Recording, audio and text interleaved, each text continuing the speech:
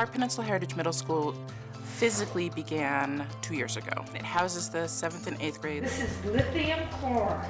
We are so fortunate to have a small class size because big things happen in that small class size. The reason we added the middle school is because we felt that our students needed a little longer in a loving, caring environment.